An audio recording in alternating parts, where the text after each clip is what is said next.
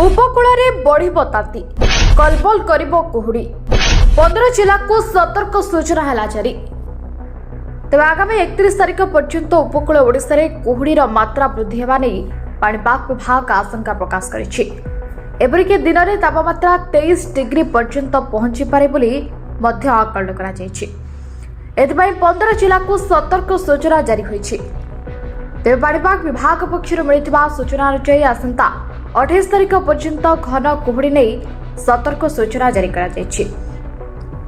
विशेषकर भद्रक, जाजपुर, केन्द्रापड़ा, सुंदरगढ़, केन्दुझर, देवगढ़, अनुगुल, ढेंकानाल, जगतसिंहपुर, कटक, पुरी, खोर्धा, गंजाम, गजपति, कंधमाल और कलाहांडी रे कुहुड़ीर मात्रा अधिक रहिबो।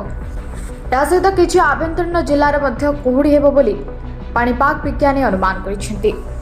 सेपरि आगामी 5 दिन मध्य उपकूल ओडिशा रे तापमात्रा वृद्धि पाइबो बोली पाणीपाग विभाग पूर्वानुमान करिछि। मध्य ओडिशा विशेषकर फुलबाणी, नवरंगपुर, सुंदरगढ़, राउरकेला, झारसुगुड़ा आदि अंचल में ठंडा अनुभूति होगा नहीं पाणीपाग विभाग सूचना देछि। सेपरि भुवनेश्वर, पुरी, खोर्धा समेत उपकूल ओडिशा रे तापमात्रा वृद्धि पाइपारे।